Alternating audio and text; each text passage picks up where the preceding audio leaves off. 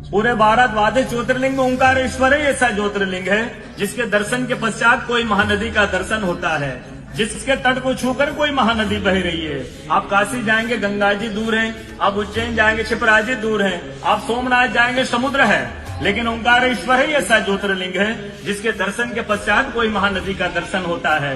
वो महानदी है रुद्रदेहाय विद्महे मैं कलकन्या धीमहि तन्नो नर्मदा प्रचोदयात्। भगवान शंकर की देह से पसीने के बूंद से निकली है माँ नर्मदा। भारतवर्ष में जितनी नदियां हैं सब उत्तर दक्षिण दक्षिण उत्तर की ओर बहती है, लेकिन माँ नर्मदा उदय से अस्सी की ओर बहती है, पूर्व से पश्चिम की ओर बहती है। भारतवर्ष में जितनी नदियां हैं उसमें नर्मदा ही नदी ऐसी है जिनके जितने कंकर हैं सब शंकर है। नर्मदा पुराण में ये भी कहा गया है कि नर्मदा जल के स्पर्श होने से जो शिवलिंग निकलता है उसको डायरेक्ट ले जाके पूजा कीजिए, उनको प्रतिष्ठा की आवश्यकता नहीं है। नर्मदा जल स्पर्श होने से वो स्वयं प्रतिष्ठित हो जाते हैं। अयोध्या में राम लला जी की जब स्थापना की गई थी तो नर्मदा का 2.5 फीट का नर्मदा का शिवलिंग राम जी के साथ अयोध्या में स्थापित किया गया था।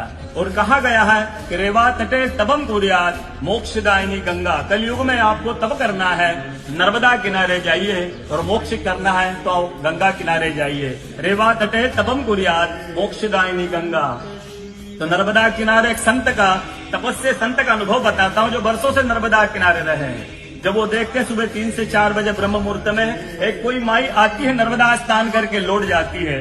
संतों में जिज्ञासा हुई कि मैं वर्षों से इस माँ को देख रहा हूँ, नर्मदा स्नान करके लौट जाती है। संत ने कहा कि कल मैं माँ से पूछूंगा, स्नान करके लौटेगी। वो माई सुबह 3 से 4 बजे ब्रह्म मुहूर्त में स्नान करके लौट रही थी। संत ने देखा माँ स्नान करके लौट रही है। संत दौड़ते गए, माँ को साष्टांग दंडवत प्रणाम करके पूछा है माँ मैं वर्षों से आपको देख रहा हूँ, अब नर्मदा स्नान करके लौट जाती है, माँ अपना परिचय दीजिए। तो माँ अपना परिचय देती है, मैं गंगा हूँ, कलयुग में शुद्धिकरण के लिए नर्मदा स्नान करने के लिए आती हूँ।